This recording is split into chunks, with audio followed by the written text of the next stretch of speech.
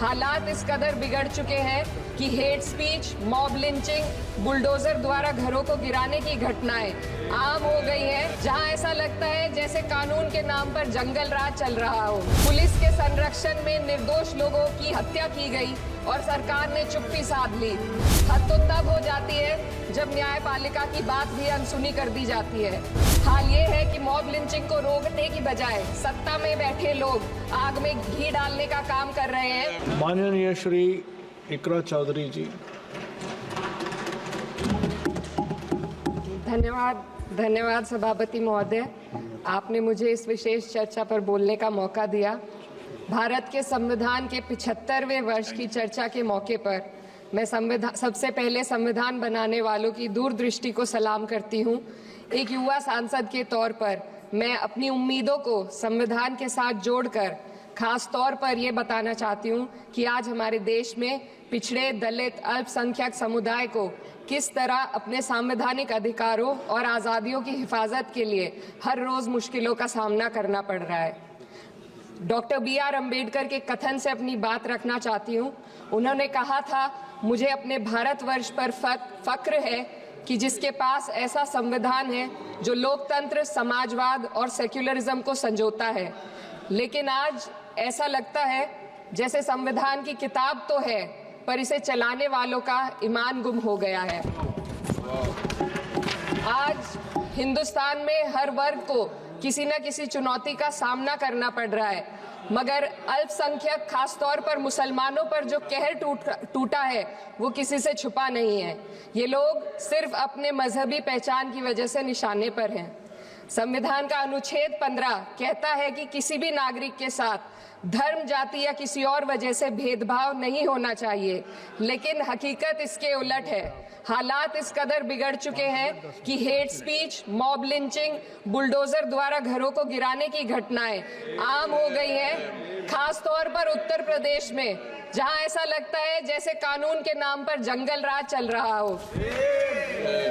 संभल में जो हुआ वो सबके सामने है। पुलिस के संरक्षण में निर्दोष लोगों की हत्या की गई और सरकार ने चुप्पी साध ली। अल्पसंख्यकों पर हिंसा बढ़ती जा रही है, मगर सत्ता में बैठे लोग या तो आंखें मूंदे हुए हैं या फिर इन घटनाओं को बढ़ावा दे रहे हैं। हद तो तब हो जाती है जब न्यायपालिका की बात भी अनसुनी कर दी जाती है। सुप्रीम कोर्ट ने मॉब लिंचिंग पर 11 सूत्रीय निर्देश जारी किए थे। इसमें साफ कहा गया था कि राज्य सरकारें और पुलिस इस तरह की घटनाओं को रोकने और दोषियों पर सख्त कार्रवाई करने के लिए जिम्मेदार है, लेकिन आज भी इन निर्देशों पर अमल नहीं हो रहा है। हाल ये है कि मॉब लिंचिंग को रोकने की बजाय सत्ता में बैठे लोग आग में घी डालने का काम कर रहे हैं। उनकी जुबान से ऐसी बातें निकलती हैं जो नफरत को और बढ़ावा देती है। ये अशांति अब इतनी गहराई तक फैल चुकी है कि हमारे समाज के धर्मनिरपेक्ष चरित्र पर गंभीर सवाल उठ रहे हैं। साल की शुरुआत में ही कई राज्यों में दुकानदारों को अपने नाम बोर्ड पर लगाने के लिए मजबूर किया गया। इसे सेहत और सुरक्षा के कानूनों का हिस्सा बताया गया, मगर असल मंशा कुछ और थी। ये कदम खास तौर पर मुसलमान दुकानदारों को निशाना बनाकर उठाया गया ताकि उनकी रोजी रोटी पर चोट की जाए। पिछले हफ्ते मुरादाबाद में एक मुस्लिम डॉक्टर को हिंदू बहुल्य मोहल्ले में घर खरीदने पर विरोध झेलना पड़ा। वजह बताई गई कि इससे मोहल्ले की सामाजिक शांति बिगड़ जाएगी। अब आप ही बताइए, क्या ये वजह सही है, जायज है? असल में ये छोटी बड़ी घटना इस बात का सबूत है कि सांप्रदायिकता को बढ़ावा देने वाले बयान और नीतियां हमारे समाज को अंदर से खोखला कर रही है। उत्तर प्रदेश में यति नरसिंहानंद ने बेहद घटिया बयान दिया, लेकिन सरकार इन बयानों पर कोई कार्रवाई नहीं कर रही।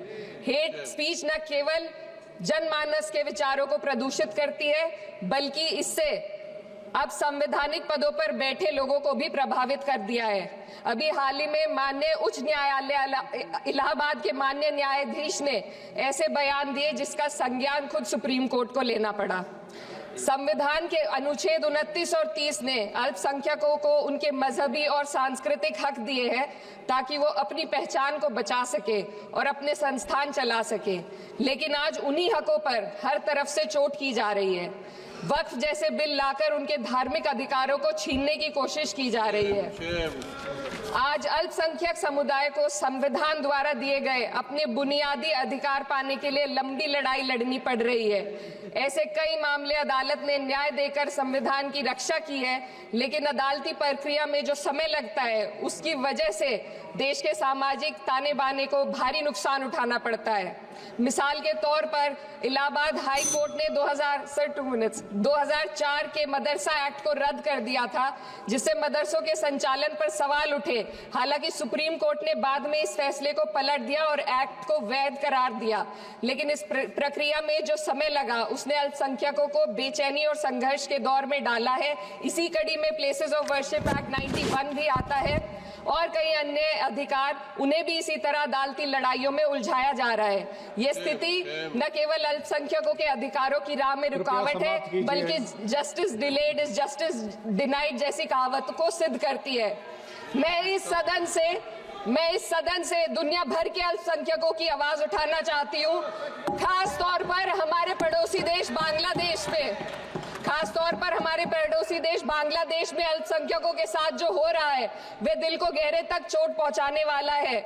उनकी जान माल की हत्या की जा रही है। बांग्लादेश हो या हिंदुस्तान हो या कोई और देश, अल्पसंख्यकों की सुरक्षा, इज्जत और अधिकारों की हिफाजत हर सरकार की सबसे पहली जिम्मेदारी होनी चाहिए। मैं इस सदन से अपने देश के अल्पसंख्यकों के साथ बांग्लादेश के पीड़ित अल्पसंख्यकों की आवाज को एक साथ उठाना चाहती हूँ।